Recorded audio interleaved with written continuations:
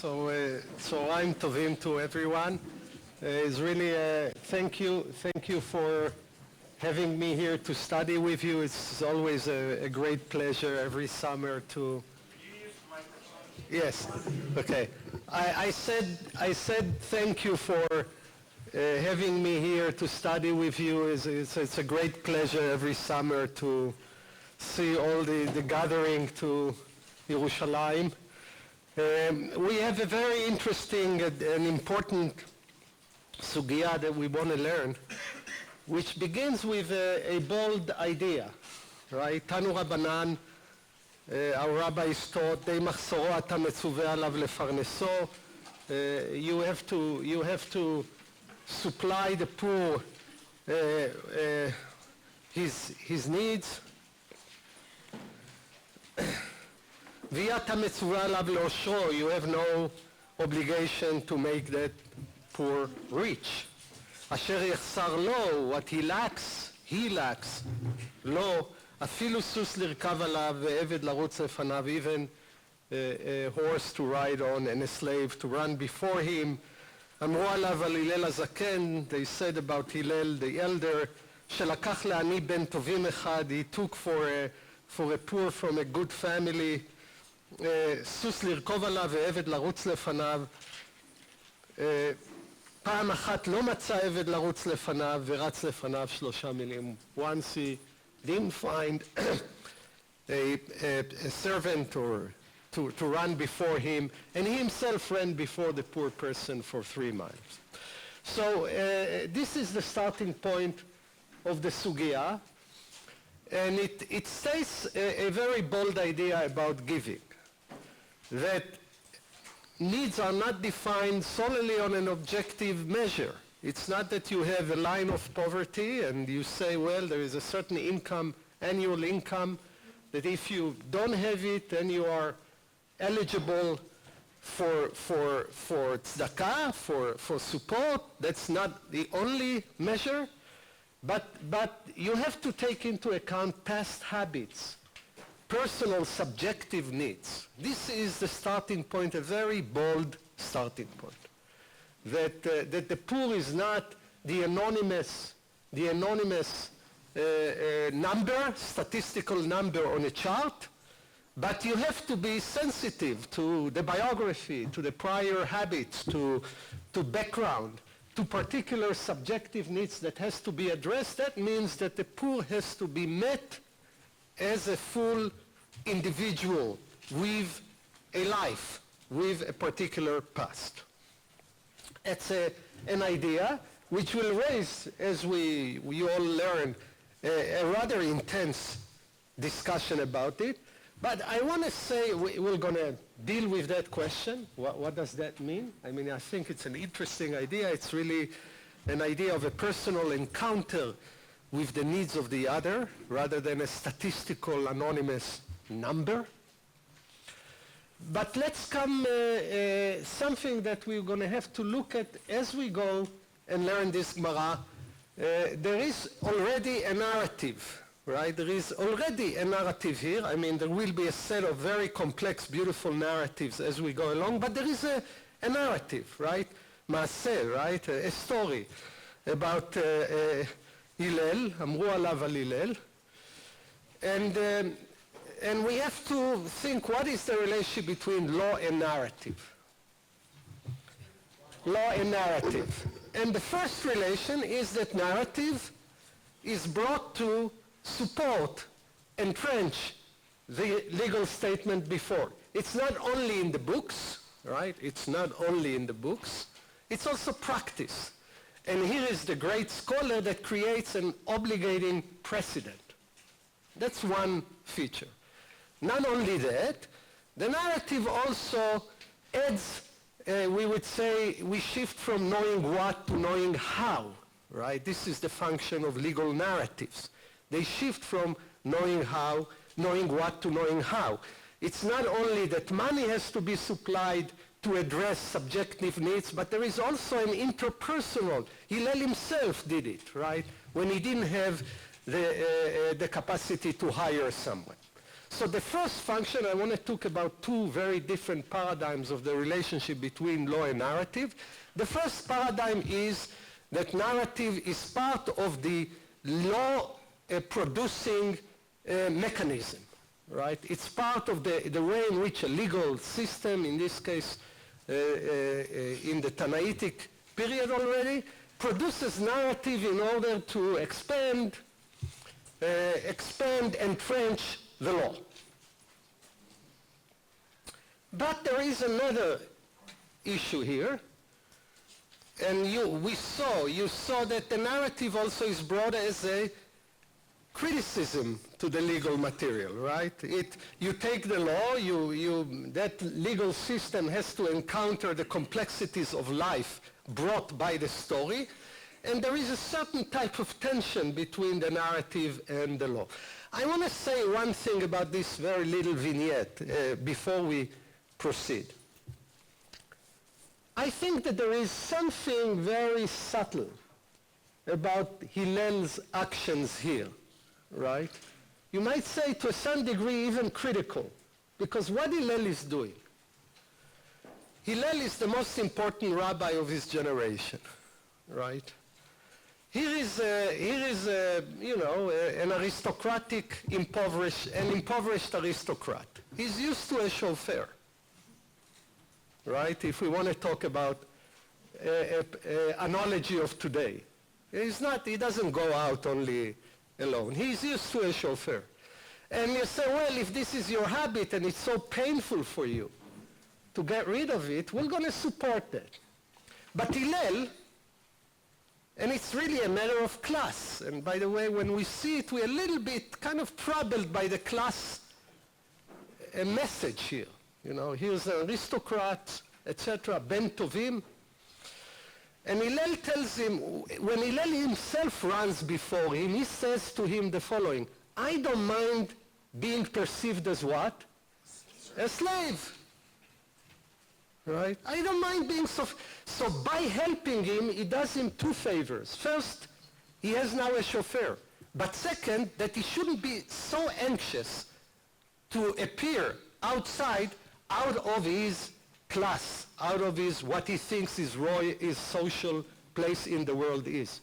Right? Hillel is doing two things here. It's like almost a Zen story. Right? It has a beautiful quality to it. Because by helping him, he frees him from the need that has to be addressed. It reminded me of actually a very beautiful story I heard from there was in Yerushalayim a great scholar, Reb Shlomo Zalman Auerbach, here in Shaarei Chesed. And I heard the following story about Reb Shlomo Zalman. Once a couple came to him, and the wife complained about the husband that he is so devoted to Torah that he doesn't help at home, is not a partner in the household burdens. And Reb Shlomo Zalman says, he's studying Torah, that's such a virtuous thing, you should let him do that. That's takes priority. Friday comes this guy who was allowed by Reb Shlomo Zalman to pursue his studies, comes home Friday and he sees Reb Shlomo Zalman throwing the garbage from his home outside. He said, what are you doing here? He said, look, you're studying, I had some time, so I came to help. Right? I think Hillel did the same thing, right? Right? I think it's a very beautiful story and a kind of very subtle, because Hillel acts so far away from his own standing, without anxiety. By the way, you might say psychologically, it's easier to act out of your social class when you provide help. But when accepting help, we know how difficult it is. But by the way, maybe it's a third lesson, that by helping others you are freed from the constraints of your social class. Maybe this is the sort of attitude as a kind of impoverished aristocrat, you can free yourself, redeem yourself from that pain. I just want to say one thing that is mentioned here by Anonymous Geonim, which is a nice idea, though I'm not sure it's confirmed by, as we go on to the Sugya, they say that all this idea of subjective needs, if you take the example, right, these are signifiers of wealth, outside signifiers of wealth, that are given to a person before he is known to be impoverished. Well, there is a remark, if you look at the Shita Mekubetzet here in Ktubot, I couldn't find the source in the Gaonic material, but he quotes an anonymous Gaon that says, this idea of providing you with a chauffeur and a car, etc., this is true only when you are still not known to be poor. But when everybody knows that you lost your wealth, we don't play this game on and on.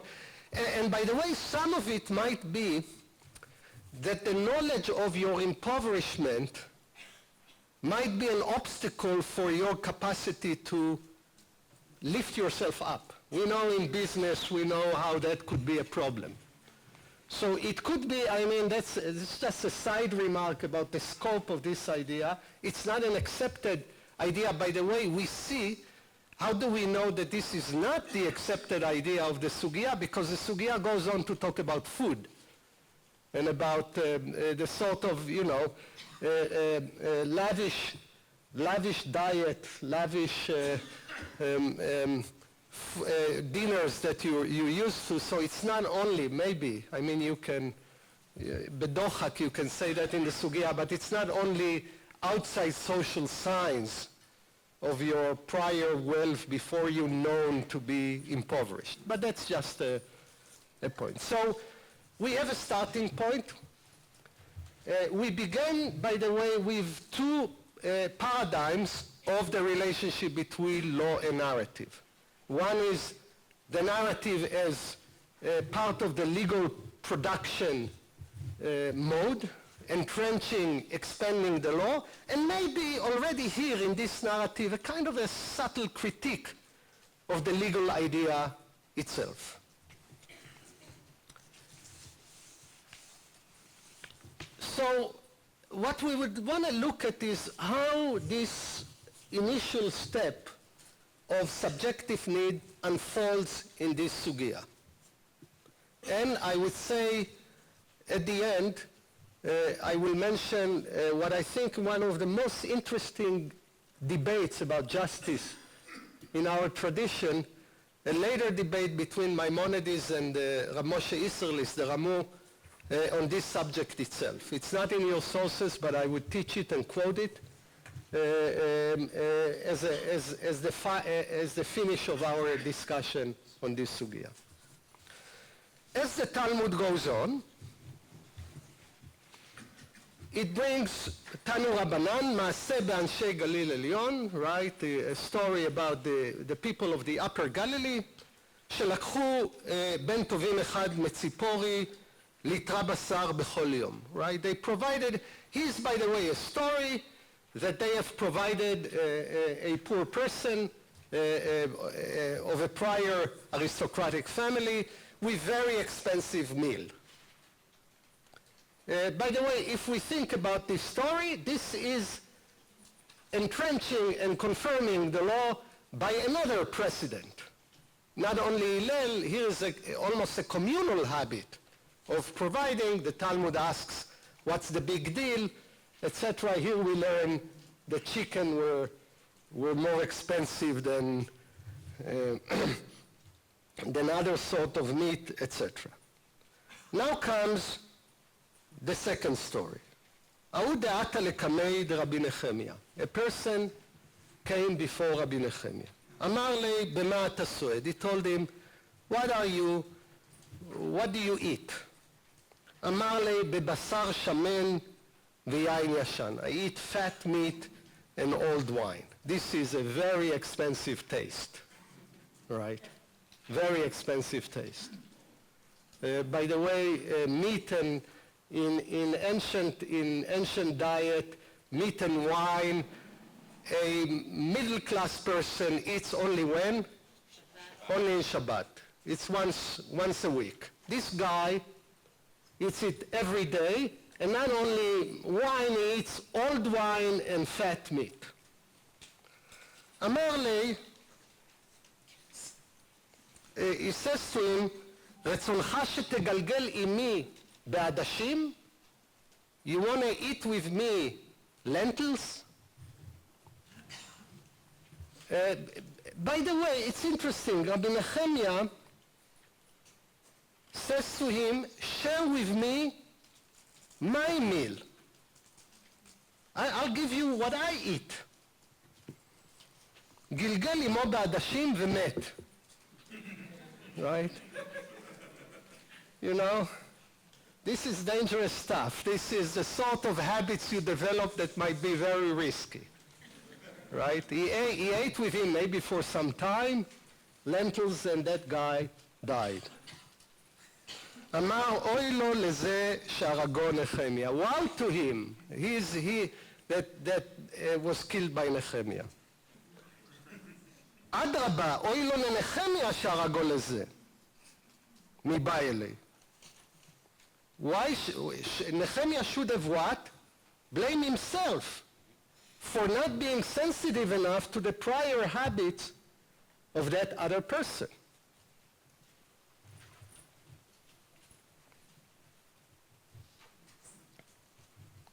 אלא אותו הוא דלא איבא אלי לפינוקי נפשי כולי היי. He shouldn't have what? Spoiled himself to that extent. Here, by the way, this is already a first story that is brought as a critique of providing subjective needs. And the critique is the responsibility upon the impoverished person to adapt his habits to his new condition. Right? That's a challenge to this idea of providing subjective need. It's, by the way, a very sensible challenge.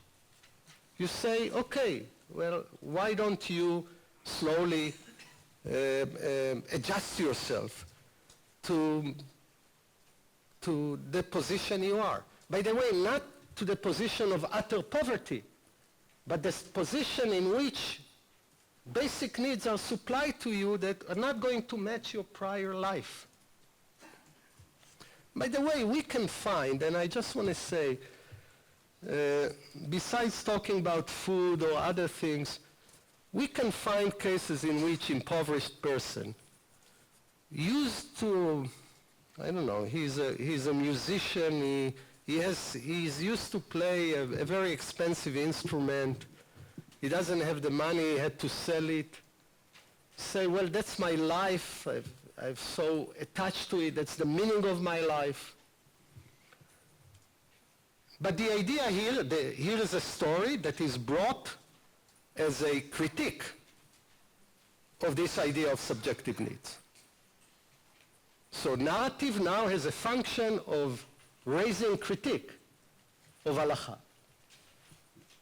Now comes another story.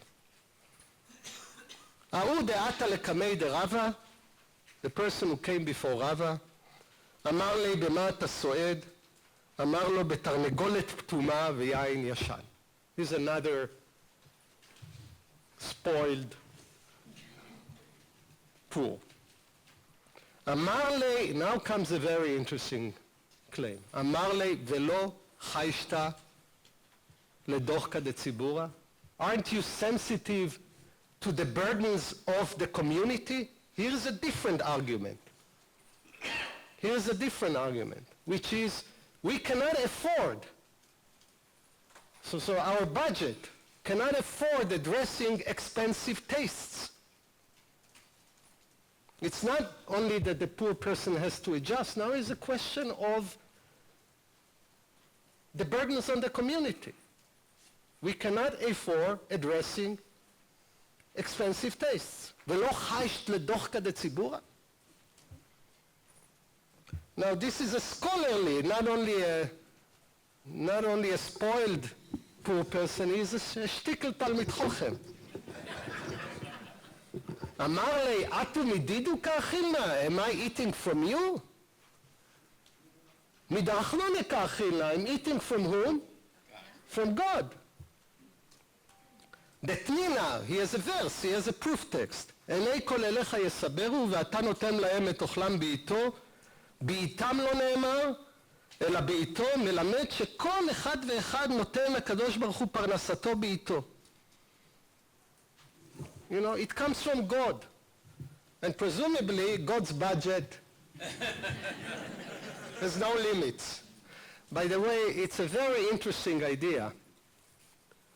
And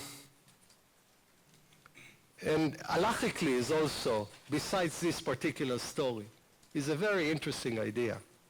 Whether welfare, issues of welfare, I'm not talking now about the expensive needs of that poor person, but welfare, whether you play the zero-sum game in welfare, right? You might adopt a policy that says the following. It might be economically unsound, but socially and theologically very deep. You say, whatever we give to welfare, it's not part of the sort of budgetary plus and minuses, etc. If you want, that comes from God. This is an argument that will come again and again and again in the history of distribution of resources in communal life. Right? You allocate the welfare allocation, and if you have deficits, you're not going to take from the welfare portion. Whatever you'll do. As if you say, well, welfare cannot come at the, cannot create deficits in a serious way, socially, theologically. It says it comes from God's pocket.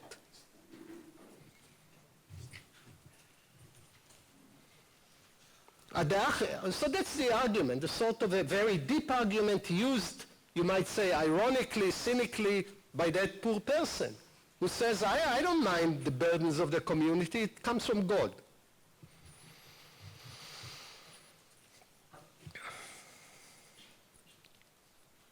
Adeachi, as he's talking, Atai achtei derava, velochazia leitlei sarshane, the sister of Rava came in, and he hadn't seen her for 13 years. Ve'atya lei tarnegolet ptuma v'yain yashan. And she brought with her old wine and fat chicken. Amar ma'i dekama? He says, you see? Amar lei na'aneti lecha kum echol. He says, I accept, come and join, and eat the fat chicken and old wine. By the way, you read this story and you ask yourself, what is the story's relationship to the principle of subjective need? Presumably, it's an affirmation. It brings an argument against, right? It says, what do we do with the burdens of the community? And it has a theological idea, a very radical theological idea, generally about allocating budgets for welfare. By the way, it comes in the medieval discussion whether you can take from the share of the poor to other needs, such as the building of walls, etc., security need. We all know that problem. So presumably it has an answer to it, but I'm not sure where does this story stand. Because Rava says, well, you might say, if you think that God will bring you the food, let's wait and see if he brings you. And if it comes, you can join. But if his sister wouldn't have come, tough luck, right? Somehow God decided not to feed with an old wine and fat chicken. I think actually it's a very ambivalent, ambiguous moment in the narrative. Where does it stand vis-a-vis that sort of argument, right? I remembered, by the way, it's an interesting, slightly different analogy. I read the Tshuva of the Radbaz, you know, the great 16th century posek, Rab David ben Zrimra, who was in Egypt, and he gets a question from Yerushalayim. And you see, the world didn't change much. And the question is the following. The small, fragile, vulnerable community in Yerushalayim at the 16th century wants to hire guards. And now they want to distribute the burden of taxation among all members of the community. Come the scholars and say, we don't need guards. Why? The Torah protects us. God protects us. Okay. So the community says, you don't need guards? No guards. We don't hire guards. Then the scholars complain, why aren't there guards around? They ask Radbaz, what do we do? He says, if they complain that there aren't scholars, that there aren't guards around, it's a sign actually that God doesn't protect them. Right? So there is this ambiguity here. By the way, this is a thing that Israel cannot afford, but it could have been an interesting exercise. You don't want to go to the army? Okay, no army. Let's see if you survive for 2 months, 3 months. You'll be the first one to cry, where is the army? So why don't you draft yourself as well? But that's a kind of a luxury that we cannot afford. But in any event, I think there is a kind of an ambivalent message in the narrative itself about this issue. But if we look at the narrative material, and we're going to have to look at it as it develops into medieval halacha, there are two objections that come against this idea of subjective needs. The first objection is the responsibility of the impoverished aristocrat to adjust his standard of living to his actual wealth and income, not to his past fantasies. And that's brought by Rabbi Nehemiah's story. That's the first thing. The second argument is this is too expensive for us, too great of a burden to carry. Okay. Now, the Talmud moves into a conversation shifting from the spoiled, poor,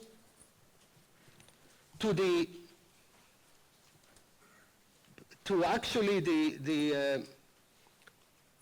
almost the other type of a poor person. The one who's so careful with the resources of the community and so concerned with his own state and dignity that he doesn't want to take. Right? It's interesting the contrast that the Talmud brings. Tanu Rabbanan. Ein lo ve'eino rotze להתפרנס. If you ask yourself, what is the editorial logic of this statement? It's the complete opposite of the prior poor people that we talked about. This is a poor person who what? Not only he doesn't demand his past wealth, he doesn't want to take. What do you do with a person so sensitive that he doesn't want to take? And the Talmud offers two options. I don't want to get them into details. נותנים לו לשום הלוואה וחוזרים ונותנים לו לשום מתנה. You give him as if a loan, and then you change it into a gift. And giving it as a loan is a way of maintaining the dignity of the poor person, and then also allowing him, in case he regains some of his wealth, to pay back. Then there is another statement, וחכמים אומרים נותנים לו לשום מתנה וחוזרים ונותנים לו לשום הלוואה, etc., etc. Now the Talmud then begins, then the Talmud has another debate, a very interesting debate, of another type of poor person, which is the stingy poor. We talked about the spoiled poor, or the chutzpahdik a little bit. We talked about the very sensitive one who doesn't want to take. Now is the case of יש לו ואינו רוצה להתפרנס. He has, but he is so stingy that he's not willing to spend on himself. What do you do with that person? רבי שמעון אומר, יש לו ואינו רוצה להתפרנס, אין נזקקים לו. That's the opinion of the minority here. The first Tana says, יש לו ואינו רוצה להתפרנס, נותנים לו לשום מתנה וחוזרים ונפרעים ממנו. You give him for the sake of, you give him as a kind of a gift, and then you're going to take back the money because he has money. So we have a taxonomy of different types of poor people. Now comes what I would say maybe the most brilliant. If you'll ask me, list the 5 most brilliant narratives in the Talmud as they relate to law, I will list this one that we are going to talk about Mar Ukva, because I think it's a very brilliant, complex, short jewel. Okay.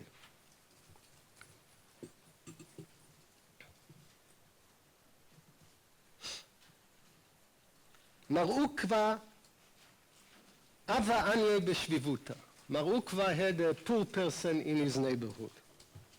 The Ava Ragil Kol Yoma, he was used to every day, the Shadile Arbe Zuze Betzinora de Dasha. He would leave for him 4 zuzim in his doorstep. By the way, 4 zuzim is the income a person needs for the day, provision of one day. So this poor person got 4 zuzim from Mar Ukva every day. By the way, why is Mar Ukva doing that?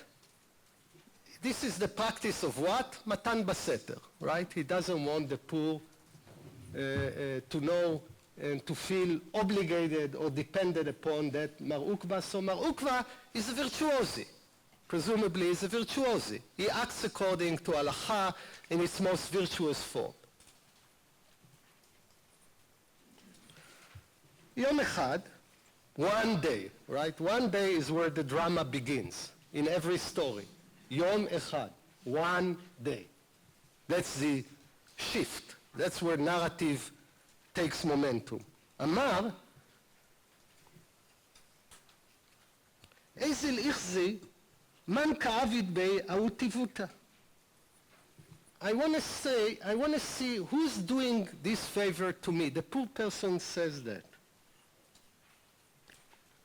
By the way, I understand that poor person.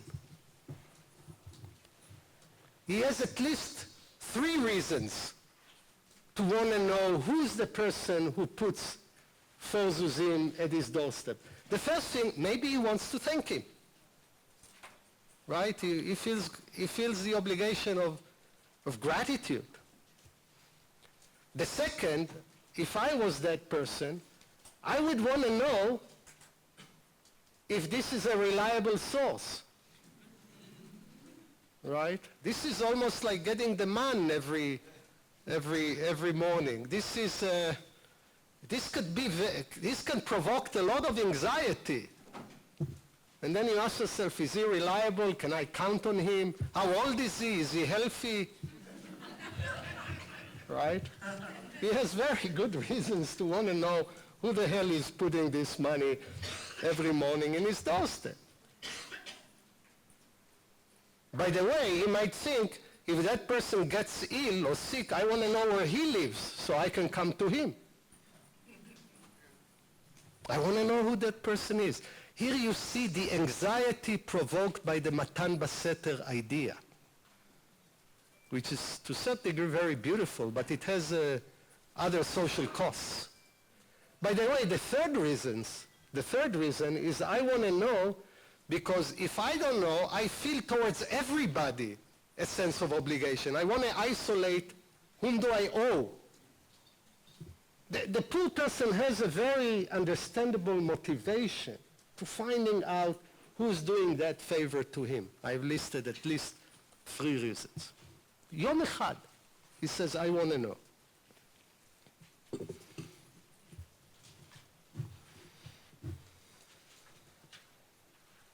ההוא יומא, נגה לילה מר עוקבא לבי מדרשה.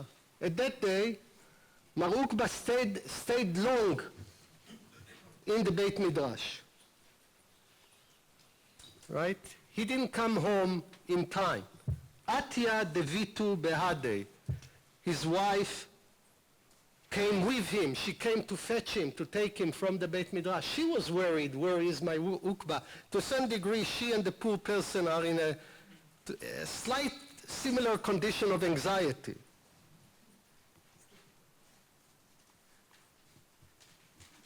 כיוון דחזיה דקמץ ללידשה, the poor person saw that they are getting closer to the door. נפק בתראיו, he exited after them. רהות בקמי, they ran. They were escaping because they didn't want to be identified. איילי להוא אתונה דאבה גרופה, נורה. They found themselves within what? An oven that was just warmed. Hava kamekalian kara de Mar Ukva. The foot of Mar Ukva was burning.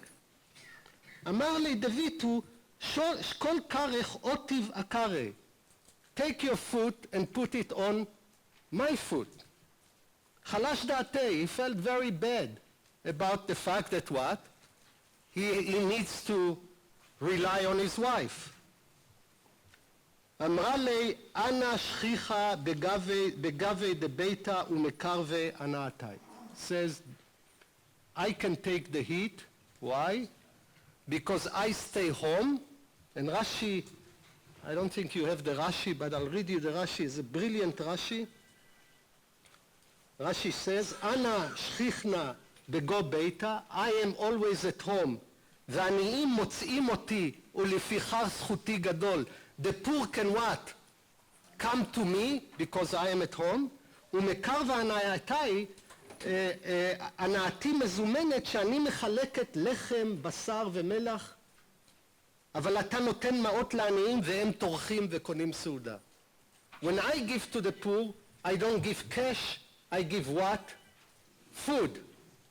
And they can eat that food without needing to exchange the cash into food.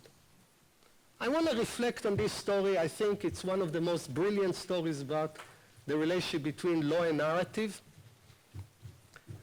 And what it does basically, it sets into attention two types of giving. You have the virtuosi scholar. And the virtuosi scholar, Mar Ukva, he does anonymous giving, the way Halacha recommends.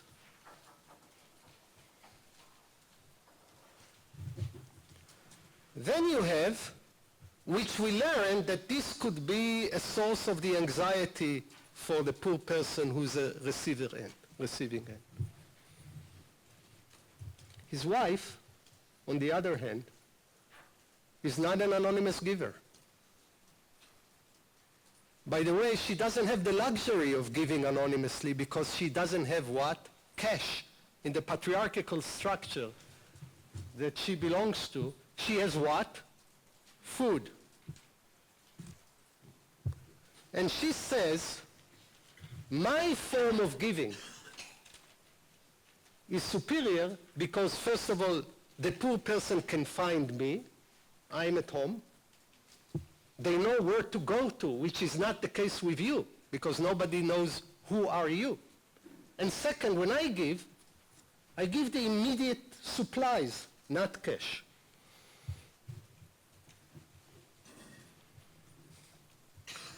It's interesting, we have here also a scene within the scene. We have a story within the story, what's going on in the oven.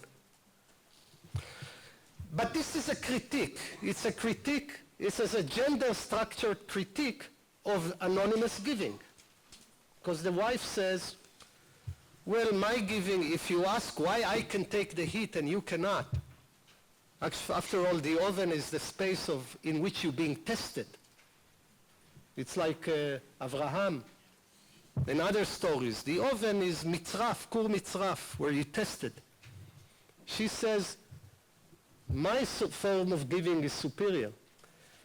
And then Mar Ukba, it's interesting, when he puts his feet on his wife's feet, he feels bad. Chalash date, right? He feels bad to be what? In a place of need and relying on someone who's supposedly lower than him in the social class. And it's the following thing. It's basically pointing to the following thing. That all this idea, in terms of the critique, the narrative critique of law, it says all this idea of Matan Baseter is relevant to those who belong to the social hierarchy, which is the world of men, who have the anxiety of giving, receiving, dependency, etc. The woman, when she gives, she's not within that realm of anxiety. She's not within the social hierarchy field. This is why she can afford, in a very straightforward, non-hierarchical, interpersonal giving.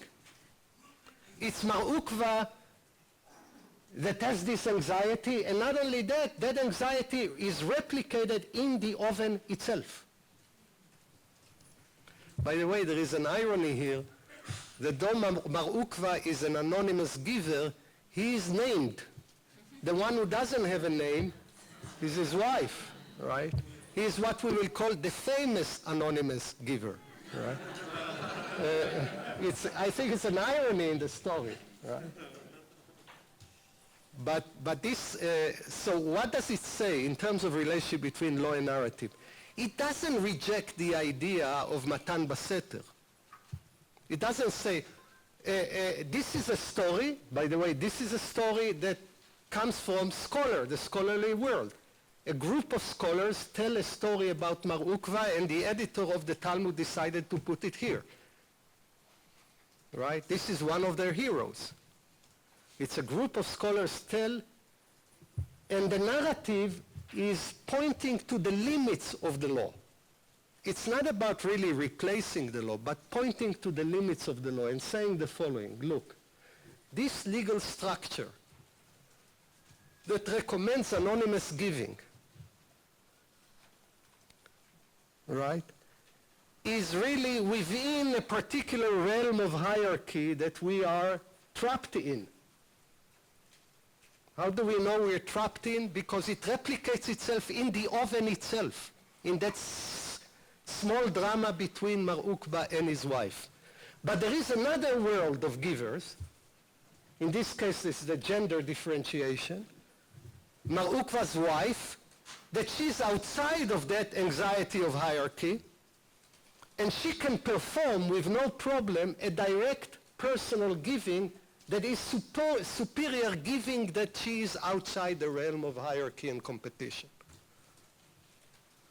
So it's a kind of a self-conscious understanding of the limits of the law.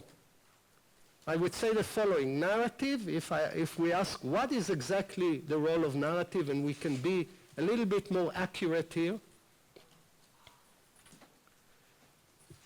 A narrative is the humility of the legislator, the expressed humility of the legislator, telling a story in which the legal practices that he himself recommends, i.e. the scholars, are limited within a social realm that has into its root and base a certain type of assumption that it's hierarchical, competitive, etc. But the law itself imagines, without actually recommending a transformation of the law, a different social realm in which actually in that social realm practicing this type of practice is a deficiency. There is another giver, a better giver, that is not trapped within that realm. By the way, you can say, and what's so beautiful about this short narrative, juxtaposing two types of giver, is that the form of giving which the wife, Mar Ukva's wife, is practicing, embodied, she gives from, you might say, from the oven to the poor person, is replicated in the way she supports Mar Ukva himself in the oven. So there is a lot to say. I would say that comes within the 5 best stories I know in the Talmud because of its human complexities of 3 players, the poor person, Mar Ukva, his wife, 2 givers, very different, finding themselves within the same space of need in the oven itself, replicating all the anxieties of the larger system, self-critical, right? Because at the end of the story you say, yes, we understand, we scholars, we understand that somewhere where we are very busy with constructing the laws of tzedakah and doing different virtuous acts, as we talk, there is another world that doesn't have cash, that just spontaneously gives in a confrontation of the poor, where the poor knows, and Rashi here is brilliant. This is the brilliance of Rashi. We few 3-4 words, right? That's the usual way that Rashi does it, right? He says, Ana shchichna bego beita, I am at home, v'ani'im motz'im oti. They can find me, which is not the case with you, because since nobody knows that you're giving, nobody actually can what? Appeal to you in moments of crisis and distress. Okay.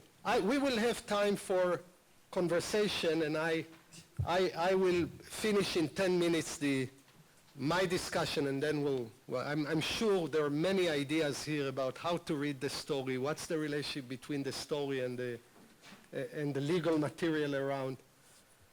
I want to read just another story. It's also a Mar Ukva story, and then talk about the debate between Maimonides and the Ramu about this subjective needs law.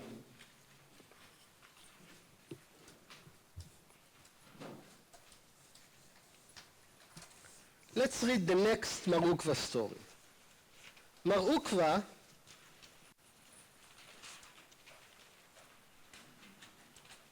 Ava Anya b'shvivute, he had a poor person in his neighborhood. דהבה רגיל לשדור אלי 400 זוזי כל מעלה יום עד הכיפורה. He was used to send the poor person 400 zuzim every day, every eve of Yom Kippur. 400 zuzim is more or less the annual income. יום אחד שדרין עוני עלי ביד ברא. One day he sent it with whom? With his son. אמר לי, אתה, he came back, אמר לי, לא צריך. He said, they don't need. אמר, מהי חזית? He said, what did you see? חזאי דקמזלפלי יין ישן. I saw that they are spreading on their floor old wine. This is very lavish lifestyle. אמר, נפל לכולי. They said they're so spoiled, they're so needy. Aifinu v'shadrini alei. He doubled the sum and he sent him back. It's actually a very beautiful story about not Mar Ukva and his wife, but Mar Ukva and his son. It's the first time you send your son to give. And what does the son come? He finds an excuse why not to give. I guess he's worried about his inheritance that is being spent. Right? And the father says to him very interestingly, what's your excuse? He says, I looked at their home. They live very lavishly. He says, oh, they need so much? Give them double. Actually, it's an interesting educational moment about giving, father and son. How much you can draw halachic implications. Is this affirming the idea of subjective need? Or is that actually a story between a father and a son? I just want to say one other thing about, which comes again and again as a remark about the life of poverty. I remember even once going with my oldest daughter to give tzedakah, and we looked at one of the houses, and they had this flat TV that was not then in the market. It was very fancy, and she says, look, they have the type of TV we even don't have, right? And I remember saying to her, you know, sometimes poor people need these appliances just to keep face much more than you need, right? You have to remember that as well in terms of what can you learn from appearances. In any event, we have a variety of stories, right? We have a variety of stories very conflicted about the idea of subjective needs. It's confirmed and affirmed halachically at the beginning of the sugya, through Hillel, through the other story about the people from the Upper Galilee. But it's being criticized by two narratives giving counter-arguments for that practice. And in the middle we have this Mar Ukva beauty, the jewel of Mar Ukva that deals with the issue of the virtuous giving and gender structure. I want to finish our conversation with what I think is a very important debate in later halacha about this rule. I want to read in the Shulchan Aruch, in the Yoreh De'ah,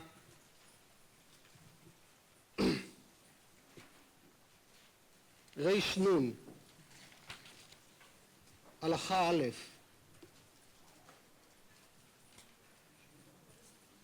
I'm reading from the Shulchan Aruch. You don't have it with you in the material. I'm going to read, and I'm just giving you the source, right? Is Yoreh De'ah, Saif Reish Nun, 150, 250, Halacha 1, the first halacha. And the Mechaber, Rabbi Yosef Karo, postulates, כמה נותנים לעני, די מחסורו, how much you give the poor, as much as he needs, אשר יחסר לו, כיצד אם היה רעב יאכילהו, if he's hungry you should feed him, היה צריך לכסות יכסהו, אין לו כלי בית, קונה לו כלי בית, etc.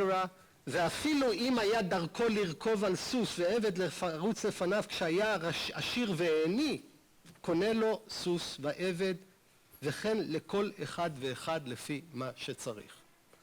Here the Shulchan Aruch postulate the idea of what? Subjective needs. Halachically, it comes to the Shulchan Aruch.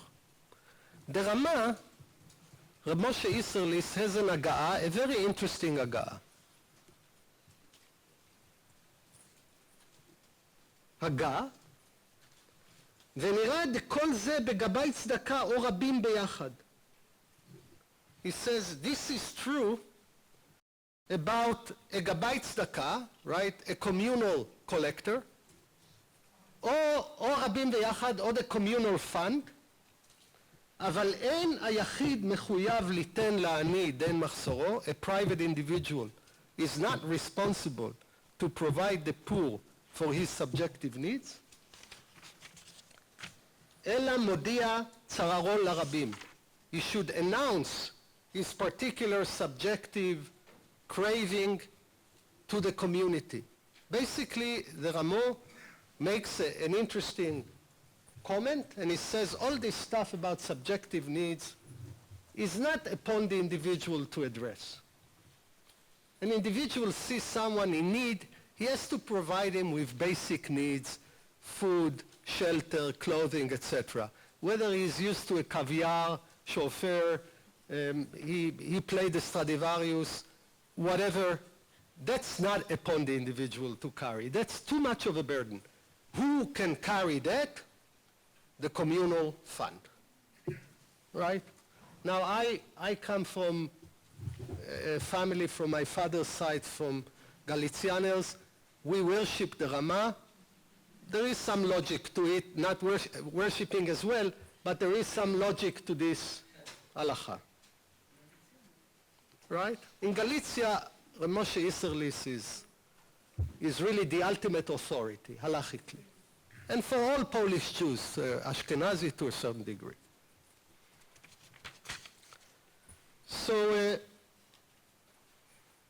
And he makes a distinction. Now, you look at Maimonides, at the Rambam, and Maimonides takes a completely different position, actually the opposite position.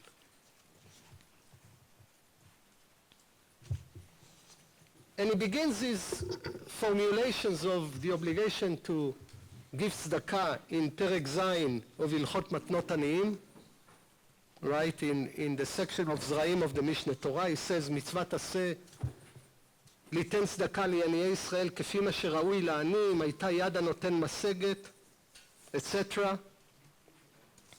And then he says, לפי מה שחסר העני אתה מצווה ליתן לו, אם אין לו כסות מכסים אותו, אם אין לו כלי בית קונים לו כלי בית, אין לו אישה מסיעים לו אישה, ואם הייתה אישה מסיעים אותה לאיש. אפילו היה דרכו של זה העני לרכוב על סוס ועבד ורץ לפניו ועיני, וירד מנכסיו קונים לו סוס לרכוב עליו ועבד לרוץ לפניו, שנאמר די מחסורו אשר יצררו, ומצווה אתה להשלים חסרונו, etc. By the way, this is a case where the Shulchan Aruch did cut and paste from the Mishneh Torah. You see it many times in the Shulchan Aruch. This is Perek Shvi'i, chapter 7 of the Shulchan Aruch, of the Mishneh Torah, Ilchot Matnot Aniyim. By the way, when you look at the way Maimonides structures Ilchot Matnot Aniyim, the first two prakim, chapter 7 and chapter 8, deal with the individual obligation of tzedakah, the individual obligation.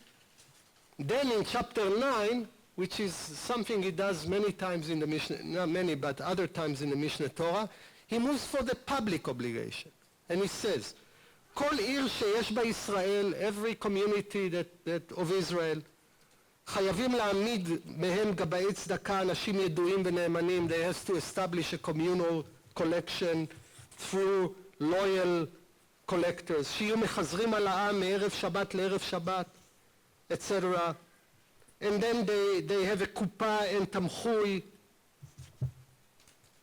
מעולם לא ראינו ולא שמענו בקהל מישראל שאין להם קופה של צדקה, etc., etc. Tzedakah is not only an individual obligation, it's a communal obligation for the community to organize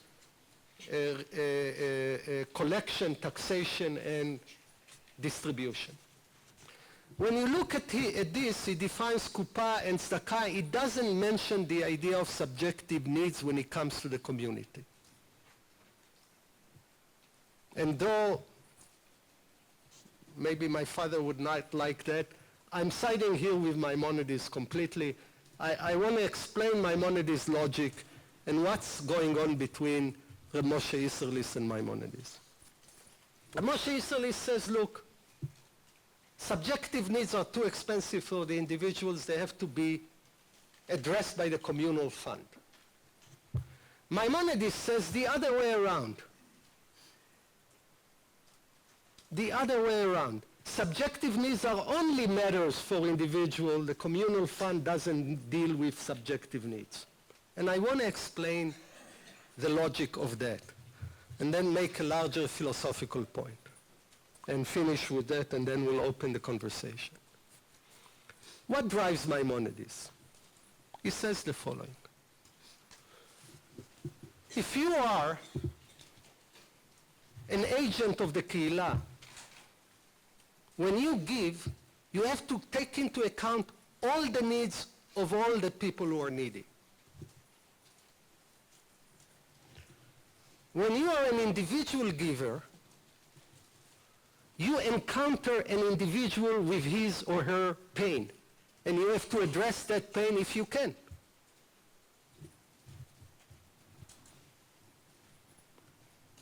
You're not going, and this is an argument against utilitarianism, the philosophical distributive idea of utilitarianism that says every individual has to maximize overall utility when he does something for others. And there is something actually wrong in that idea. Because when you see someone in need, you don't take a calculator and says, well, you suffer from not having this expensive tool. I'm taking the calculator. He says, well, with that type of money now I can feed 20 other people in need.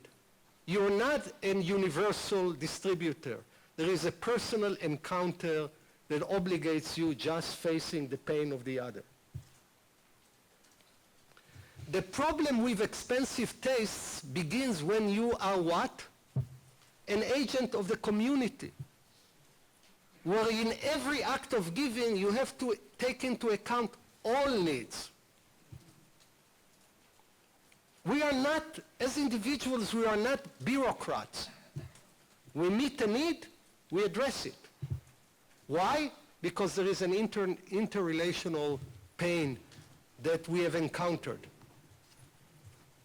Right? So if you, I don't know, drive in the highway and see someone with a flat tire, and you stop and you look at the flat tire and you say, well, that will take me 20 minutes to help you. I see in my apps now you can do it. I see in these 20 minutes there are other 3 flat tires I can help. It will take only 3 minutes, etc., etc. There's something horrible about taking out the calculator. By the way, if you are an official, if you are the municipal agent, this is the sort of calculation you have to take into account. So it's a very interesting debate between Reb Moshe Isserlis and Maimonides. Upon whom is the obligation to address subjective, you might say, expensive needs? Is it communal or individual? And we have a reversal view here in terms of the history of halacha. So what did we do? We looked at a very rich sugya, beginning with a very bold idea in terms of justice redistribution, a very complex relationship of narrative and law. I would say the dual role of narrative in its relationship to law. Very common in narrative structures that come after halacha, that the narrative will serve as a critique of the halacha before it. It's not the first time that we see it. In Mar Ukba, it comes to a height of itself, because it is about imagining other world. You that are within your legal structure, you can imagine, while you obey to it or feel obligated to it, you imagine its limitation and it's being trapped within a certain social structure through telling that story. Replicating, either way, this same idea within 2 givers who clash between one another, and then one of them find himself in need of the other within that story itself, which is, 4-line story. Right? The Talmud, if you send to the editor of the Talmud, I don't know, a story 20 lines long, he will send it back to shorten it. This is a very beautiful jewel, small jewel. So we have looked at these issues, and I think that a kind of narrative opposition to subjective needs will surface as this problem is talked and discussed in the history of halacha. In our case, the story has other branches. In our case, the debate between Maimonides and the Rama about upon whom it is to address this sort of subjective needs. So that's what we did, and we have time for questions and discussions. It will be terrific to go. Yes. I want to go back to the Mar Ukba story. Right. In terms of Mrs. Mar Ukba and Right. her husband. I was wondering, and we discussed it in our Chavruta, if part of the reason that her giving is more righteous is because she knows exactly what they need. Exactly. Whereas he's making an assumption Right. that he needs a certain amount, and she can adjust it and perhaps give Yeah. according to what The subjective, exactly. That's true. That's another element of what the anonymous giver cannot address is actually the particular distress of the needy. Yes, that's true. Yes. I'm wondering whether there's not another critique that suggestion here, because all of the heroes here, the rabbinic heroes, Right. Hillel and Baruch, humiliate themselves Right. in order or humble themselves. Right. Now, the rule can't require humiliation. However, Right. the psychology of this subjective need is not altogether helpful. In other words, you tried to play it up as if, the maintaining of someone in their aristocratic mode is a way of addressing the personal pain. It's a way of nurturing people's sense of entitlement Right. rather than... That's what Rabbi Nehemiah said. Right. Galgali mi ba'adashim, So there's another value, that should be promoted. Right. The value of the rich, the aristocrat learning. There's this sense here ultimately, because we gave a caveat, right, that maybe it's only right at the beginning before they Right. Right. But there is some value to them learning even right away. Right. They lose their resources. Right. Maybe there were good reasons that they lost their resources. Right. A bad investment. Right. They're responsible for their own resources. Right. So then how come I should feel like I'm inside it, can maintain the illusion that even though when he's irresponsible, I have to, Right. I should try to keep him, Right. without a loss, without pain. Right. It's interesting, by the way, first of all, it's a very important point. I just want to say it's interesting, by the way, I looked at a lot of halachic material on halacha. There's very little discussion about whether the poor is responsible for his poverty or not. And I think for the right reason, right? Because we know here's always a problem. Where do you want to err? In social debates about giving. There is always a cost to every policy, right? There isn't a perfect policy in issues of distribution and justice. You're always, the most interesting question, I think, philosophically, is which mistake you prefer to make, right? Do you prefer to err on the side of not giving to someone who really needs it, or to give to someone who doesn't need it, or he's to blame for, etc., etc.? And I would say, I think,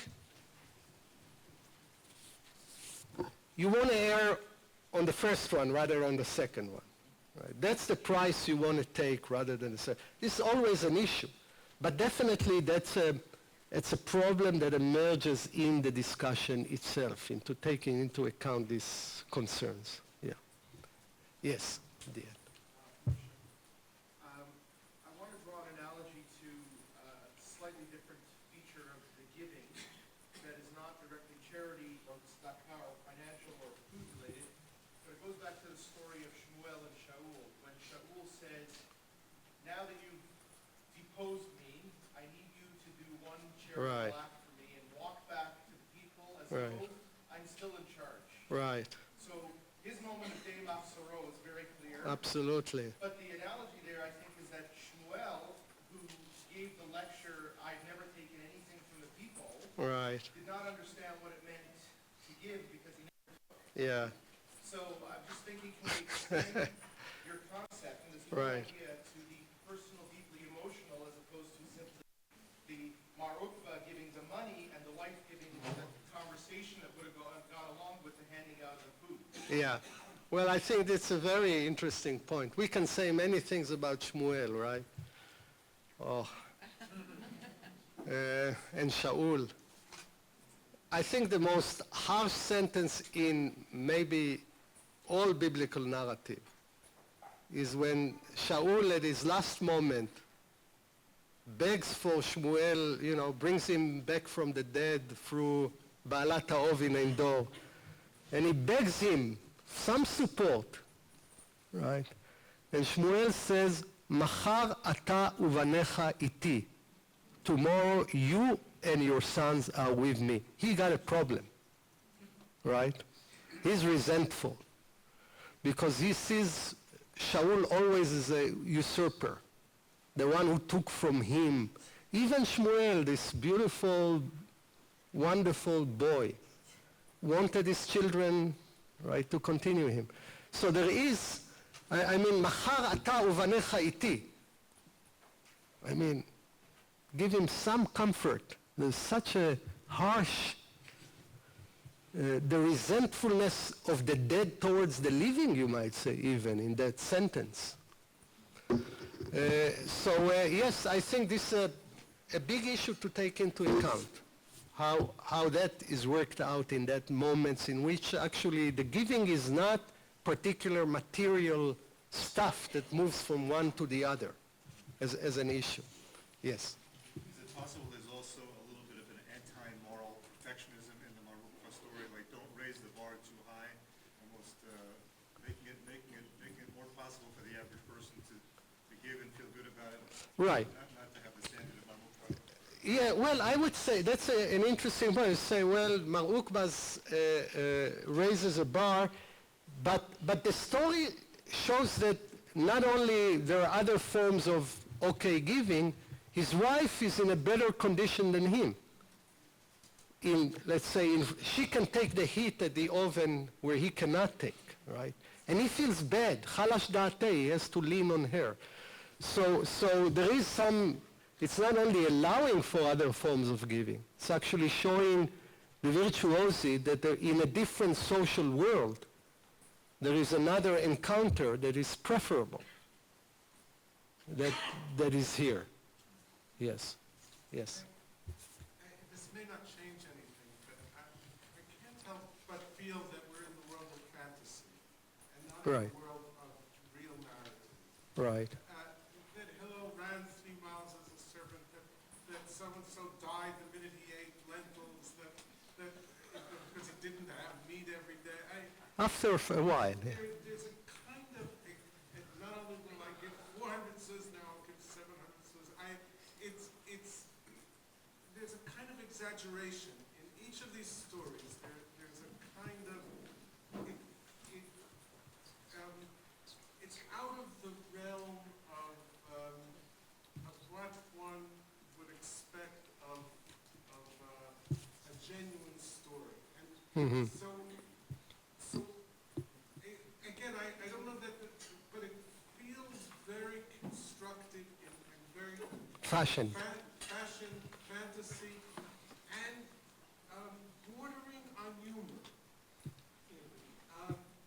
There's an underside here of every one of these stories is so funny. It is funny, yeah. And that tells us something about this is a literary construct. Sure. Right. And again, I don't know that it changes any of the philosophical Right. implications, Right. but it makes us step back from this in a way. Right. I think there is, first of all, you're right. There is a slight level of exaggeration. I mean, it's slight. It's not, but to convey a message in 3 lines, right? You don't have the novel to portray realistically all the subtleties, etc., etc. This is a message you have to convey in a. I think, by the way, the Hillel, and I think it's a pshat, the Hillel teaching the poor, giving the poor two favors. One supplying with him a servant, and one showing him that he doesn't care, appearing as a servant.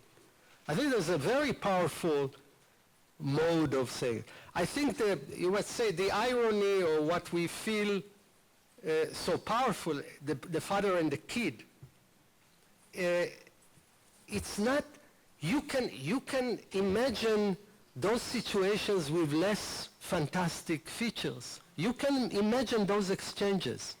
It's not in the world of the unimagined. It's exaggerated to drive the point, but it is definitely within the world of the imagined. A father sends his kid first time to give, and the kid comes back with an excuse why not. We can imagine that. And then the father says, tell me your excuse. And he says, you think they don't need it? It looks actually they need double. I think that, the sun might be fantastic, spreading old wine on the floor, but this sort of exchange is not unimaginable. As an exchange between a father, a son, a poor, it's actually very much in line of, the passing of wealth within families and the sort of the second generation anxiety about the intentions. By the way, there is a story about Mar Ukba. Maybe they had the right reason to be anxious because what Mar Ukba did at the moment he was dying. He basically spent all the wealth of the family. So it's not unimagined in that respect. You're right. It is exaggerated to drive the point. But it's the sort of scenarios that we can perceive in our life as real. This is why those stories do evoke very powerful moments for us, I would say. Yes. Yes, please.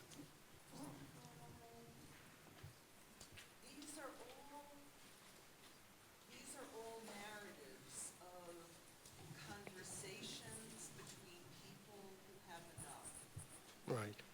and people who have more than enough. Right.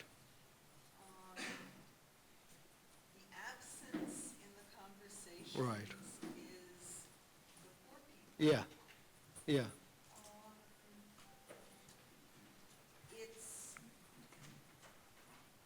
It's painful to listen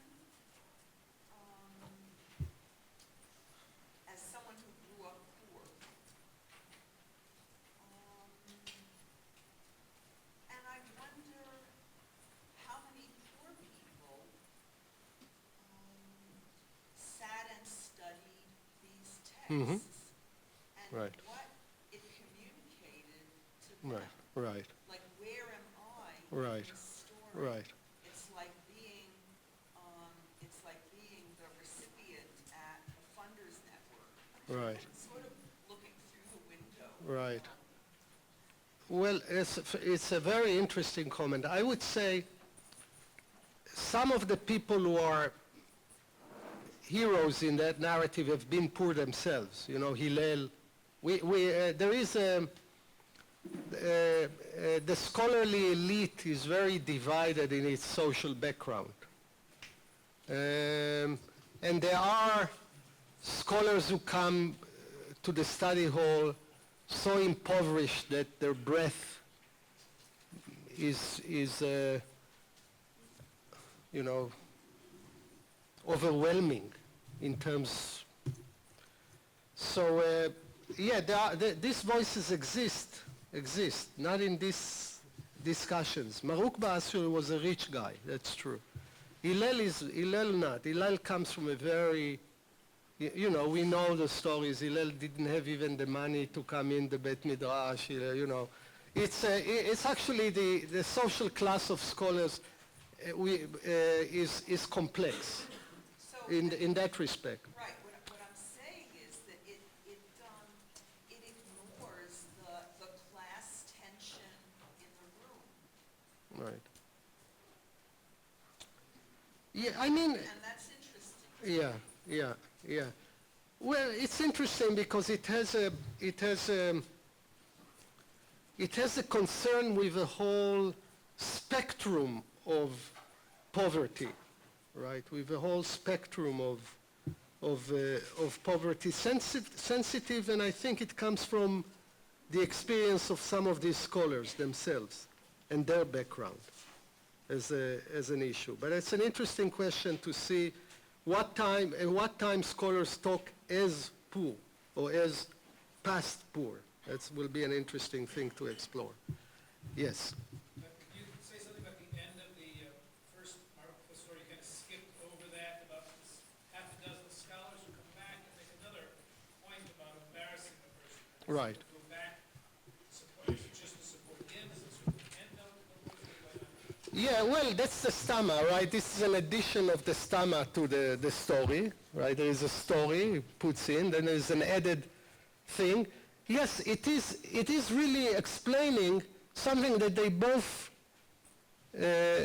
participated in, which is running into that oven, right?